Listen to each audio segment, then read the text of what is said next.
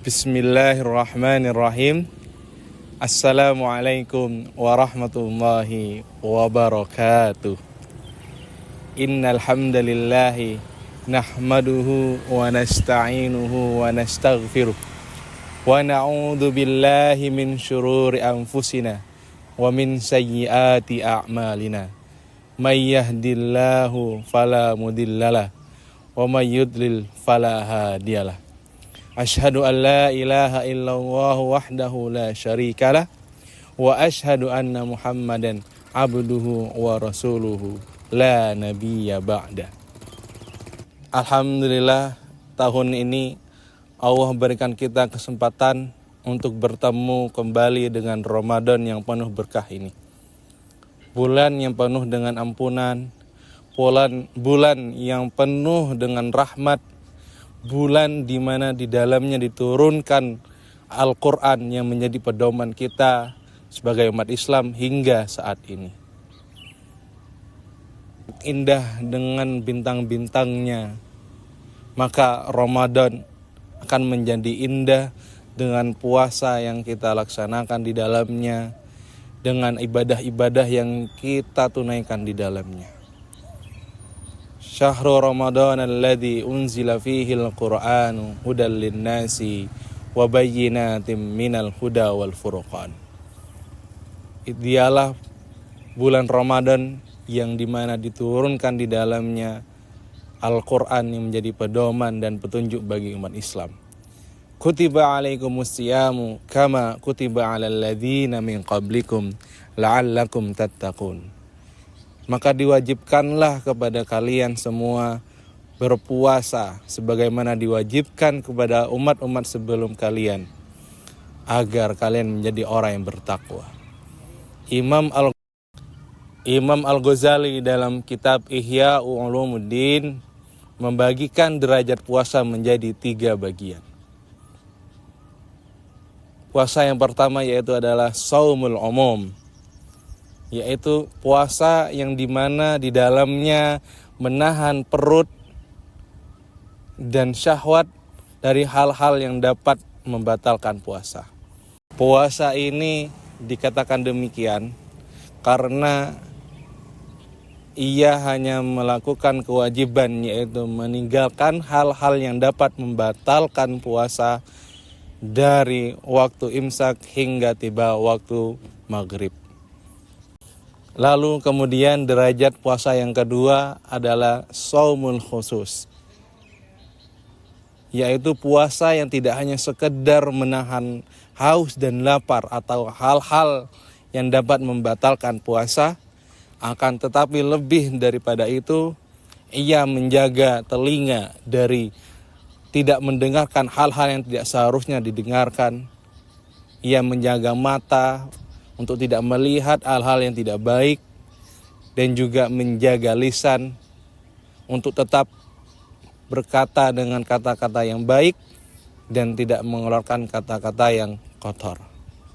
Kemudian derajat puasa yang ketiga adalah shaumu khususil khusus, atau bisa dikatakan puasa yang khusus daripada yang khusus. Mengapa dikatakan demikian?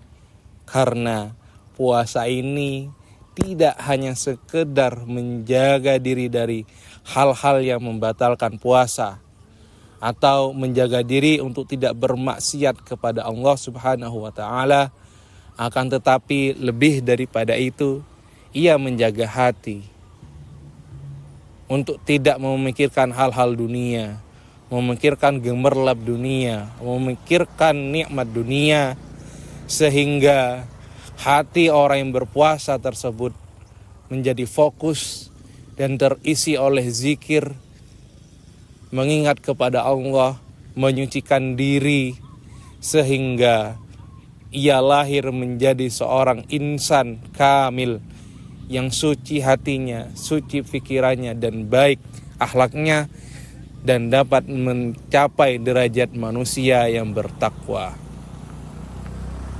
La'allakum tattaqun. Ia setelah melaksanakan ibadah puasa lahir menjadi seorang yang suci pikirannya, suci hatinya, dan mencapai manusia yang bertakwa.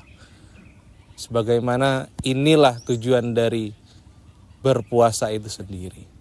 Kutiba alaikumus siyamu kama kutiba alal ladina min qablikum la'allakum tattaqun.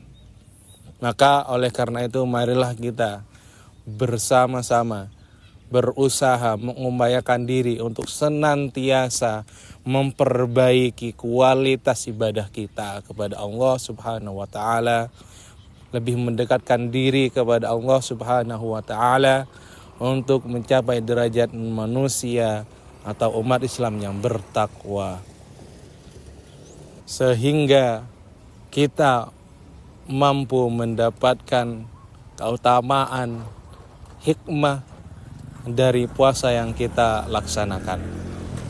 An Abi Hurairah radhiyallahu anhu qala Rasulullah sallallahu alaihi wasallam, man qama lailatal qadri imanan wa ihtisaban ghufira lahu ma taqaddama min dhanbihi wa man shoma ramadhana imanan wa ihtisaban ghufira lahu ma taqaddama min dhanbihi.